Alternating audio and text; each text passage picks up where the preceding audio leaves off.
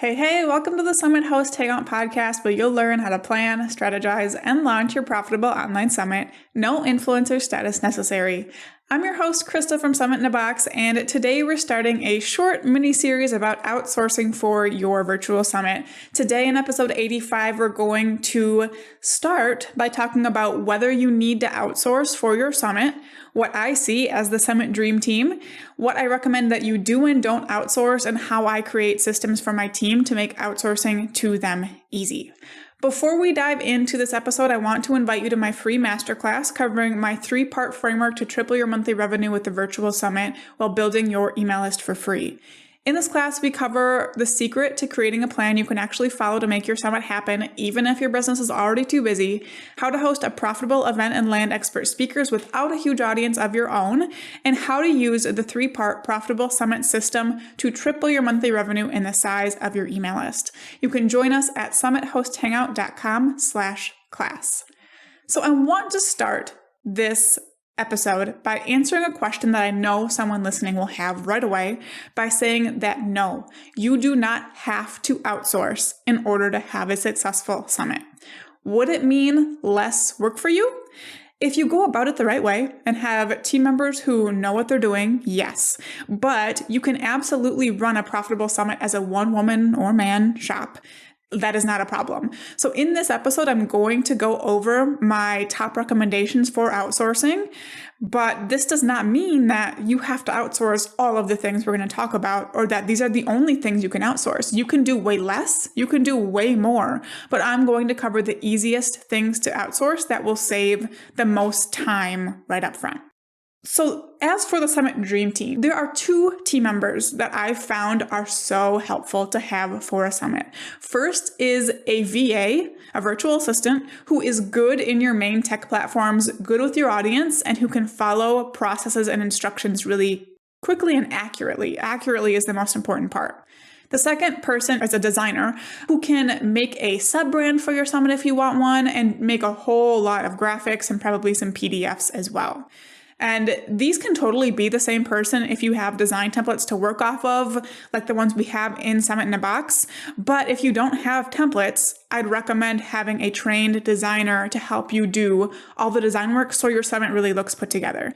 And just a shameless plug, joining Summit in a Box and using our templates will most definitely pay for itself, when the alternative is having a designer who charges $50 to $100 per hour for design work.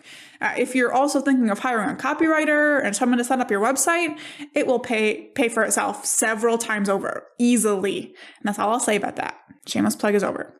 So let's go into what to outsource in your summit. And there are a few things you're going to notice here. First is that we're outsourcing things that need to be done over and over for each speaker, for example, meaning that we can really easily create a process and hand it off to a VA. We're also outsourcing things that are outside of your zone of genius for the most part, or are time consuming and just don't need your attention, like design, for example. So first, let's touch on the different design aspects that I recommend outsourcing. Again, if you can work off of the templates we have in Summit in a Box, you could easily have a VA do this in a fraction of the time for a fraction of the cost. But if you are going to have a designer create all these things, these are the kinds of collateral and things like that we're looking at. First is a brand creation. You don't need to create an entirely new brand for your summit. I like to do it just because it makes it feel, more special and fancy to me. I like having a separate logo, maybe a little bit different color palette that still complements my brand. I like to have a designer take care of that. Promo graphics are something you're going to need created. So graphics that you and your speakers and affiliates, if you have them, can use to promote all over the internet on all different kinds of social platforms. So that means you'll need square graphics, horizontal graphics, vertical graphics, Facebook ad graphics. Even if you don't use a platform to promote, that does not mean your speakers won't. So for example, I have not even opened the Twitter app in years other than to message a company that I could not get a payment to go through for. That's the only time in the last 2 years I've even opened Twitter. But for my last summit, I had a speaker whose primary platform was Twitter. So if I wouldn't have made graphics in that size, he wouldn't have been able to promote effectively. So, you need to make graphics for all different platforms. So that's, one piece of design you want to look at. Facebook community graphics are another thing you'll want to outsource. So these are things like daily prompts before the event starts, daily updates during the summit. So like who's speaking on what days, things like that, your group cover photo, all kinds of different graphics related to your Facebook community. You'll also probably want some worksheet templates. So if you're going to make worksheets or checklists or workbooks, anything like that for your presentations or as some kind of bonus, you'll want a template created for that either your VA can use or a designer can use to create whatever you need. For example, for my last summit, we did notes and worksheets for every presentation, so we had a template for those things. Speaker resources are something else that will need to be designed. So I like to have presentation guidelines for my speakers, a speaker checklist, different things like that they can use to do what I need them to do effectively and easier. You could create like slide templates if you want to give them an easy way to create slides, all kinds of things you can do around design for that. And then mockups and graphics for your all access pass are something else to consider. So having a visual mockup of what's included in your all access pass on the sales page is a really great way to increase your conversions a little bit. And then depending on what platform you're using to host it, a lot of times you'll need like a course graphic or a featured image that shows kind of what's in the course. So you'll want something for that too. Those are all the design related things that I recommend outsourcing, whether you have a designer or you're using existing templates and having your VA take care of it. Those things do not need to be on your plate.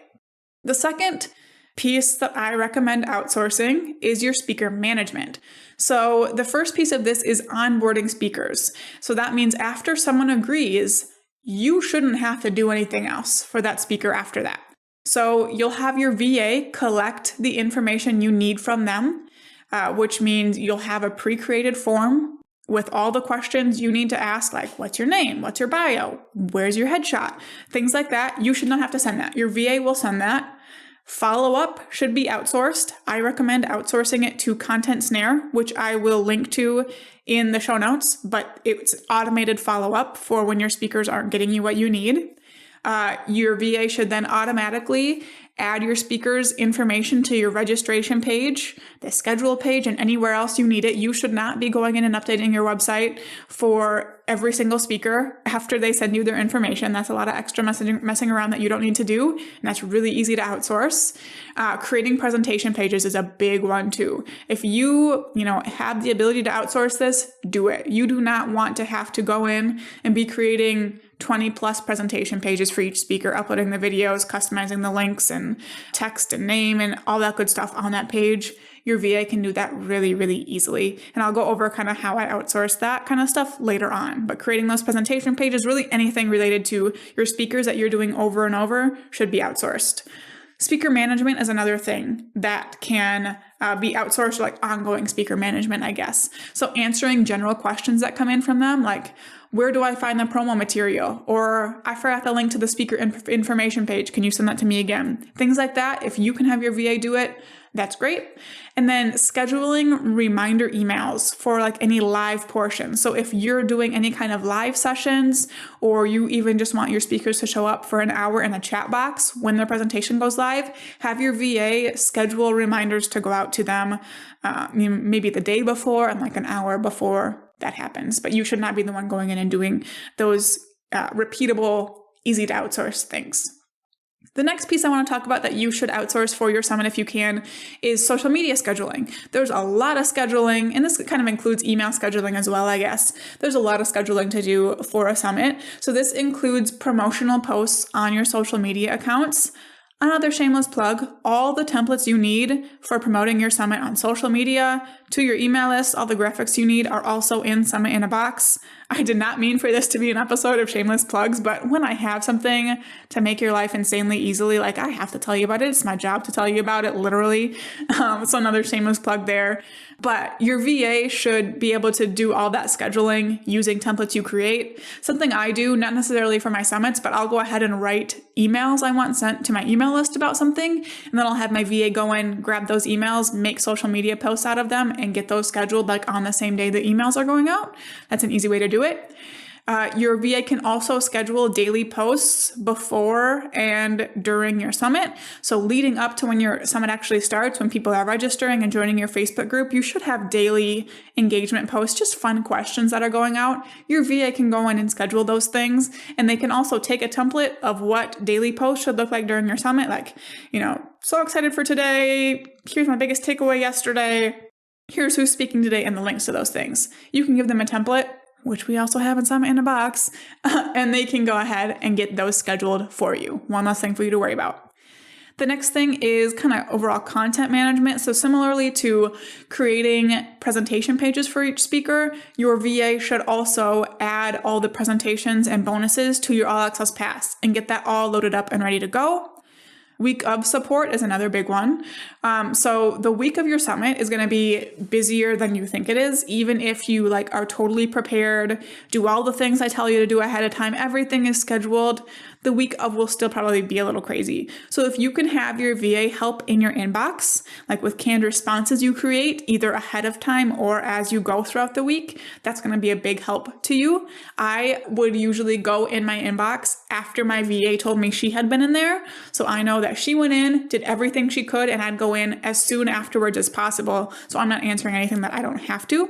And then community engagement and support. So if you have that Facebook community, which I really hope you do have, having them help in there, engage in there, answer simple questions, that's a really great thing to do. You do want to be showing up in there yourself to make those connections with attendees, but if they can, your VA can be in there and help you out a little bit, maybe approving new members and things like that. That's another really great and easy thing to outsource. And then last is your speaker wrap up. So after your summit is over, you have some wrapping up to do with your speakers. Your VA can send the thank you and wrap up emails to them, letting them know how much they made in affiliate income, giving them any information they need like that, thanking them. If you're going to send gifts, you can tell your VA what you want and they can either build your cart for you and you can go check out, or you can just have them go ahead and do the whole thing if you're comfortable sharing your business credit card with them on through LastPass or something. And then making affiliate payouts is another really great thing for your VA to do. I generally do the calculations for what should be paid out myself, or review them after my VA did it and then have them go ahead and make those payouts. So those are the things I recommend outsourcing: design, speaker management, social media scheduling, content management, week of support, and your speaker wrap up. There are a couple things, just a couple that I don't recommend outsourcing. First is all attendee connection. If you can outsource your inbox and some general stuff in your community, that's great, but you still want to be showing up for these attendees so they're building that connection with you and don't just feel honestly, that you think you're too good to be in there talking with them. So make sure you're jumping in your Facebook group a couple times a day, interacting with people and answering questions. And then the biggest one is speaker outreach. I really don't like to see summit hosts outsource pitches because it just removes so much of that personal aspect and you're missing out on connections with these speakers when you're doing that. A big benefit of hosting a summit is that now you're connected with all of these other people with complementary audiences as you, and you guys can go forward and continue collaborating. But if you don't build a connection with them, you can't do that as easily. They feel disconnected from you and don't have the greatest feelings about you, and you don't feel connected to them. So if you can do at least the initial connection and outreach, I really recommend doing that. Honestly, if you can kind of take care of that portion throughout, if you're sending updates or things like that to your speakers, that's a really great thing for you to do just so you can build that connection and keep it feeling really personal for your speakers. So let's move into how I create systems for my team to make outsourcing easy. Now, I have not lined this up yet, but I'm hoping our next episode will be from an expert in delegating to tell us more about this. But I wanted to give you my quick tips for how I make outsourcing easy. And there are two main steps to this. First, I hope this is obvious, but use a project management tool. We have our entire summit project mapped out in Asana. If you have Summit in a Box, you have this template for Asana and Trello. You can use whichever one you want, but each task of your summit, probably around 300 tasks is what we have, should have detailed information inside of it in the description. So for example, if you are outsourcing your social media graphics or your promotion graphics, you should have a detailed list of what sizes you need, how many different variations, what text you want on the different variations, if there's any certain designs you want, things like that. All of that should be detailed out in each task so that your designer or VA has everything they need once they go to get started. Once you have that, you can assign each task to your team member with a due date and make that due date before you actually need the thing done. I usually have my due dates about a week earlier than I actually need them in case there are revisions I need or someone falls behind or anything like that. There's plenty of time to get caught up if we need to. So first part, use a project management tool, probably very obvious. The second part of this is creating step-by-step processes for those repeatable tasks. Like if you're outsourcing design to a designer, you're not going to have to create a process for them to teach them how to design. They've got that covered. But for everything else, like for all your speaker-related things, like creating those presentation pages, getting them onboarded, collecting their information, you should create a step-by-step process. If you have Summit in a Box, again, you have these. I gave you my step-by-step processes. If you don't have Summit in a Box, you will want to create these. So how you do this is record yourself doing it the first time and never do it again. So your first speaker says yes, you take care of the entire process of getting that person's information, getting it loaded on the registration page, the schedule page, in the All Access Pass, record that entire process, hand it off to your VA to write out the steps for themselves and make it their job to do it from that point forward. You do not have to do it ever again because they have everything they need in that video. I also like to identify what the trigger for that task will be. So for example, when a speaker agrees to be in your summit via email, your VA can see that, they see that email come in and they know, okay, my next step is to go to this process and send the form to collect their basic information and send them a follow-up email, telling them I'm really excited, maybe jumping in the speaker tracking spreadsheet and indicating that they have said yes. Or maybe it's every Tuesday and Friday, your VA goes in to Content Snare, if you're using that to collect information, and see who has sent presentation material to you and get it loaded up on the speaker's presentation page into the All Access Pass. So doing this, having the step-by-step processes and having triggers for each of those processes makes outsourcing so easy. Like I said, you do it once and you don't have to do it again. It will just speed up your summit process and give you so much more brain space for the things that matter, like the overall strategy, making those connections, connecting with your audience, all that good stuff.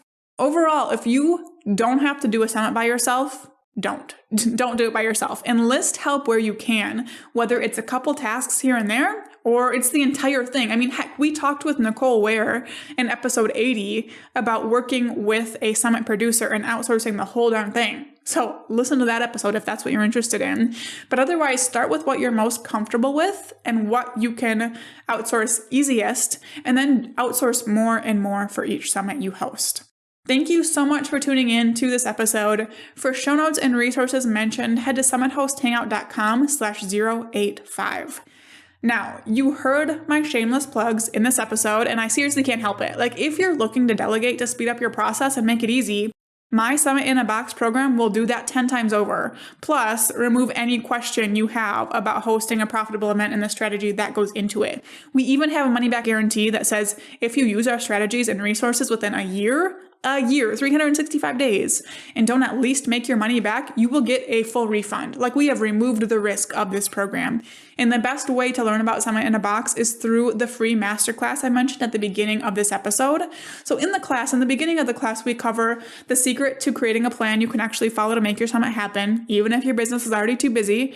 We cover how to host a profitable event and land expert speakers without a huge audience, and how to use the 3-part profitable summit system to triple your monthly revenue in the size of your email list. And then at the end, you learn about Summit in a Box and how you can sneak in even if the doors are not publicly open for enrollment right now. You can join that class at summithosthangout.com/class. Now go out and take action to plan, strategize, and launch your profitable online summit.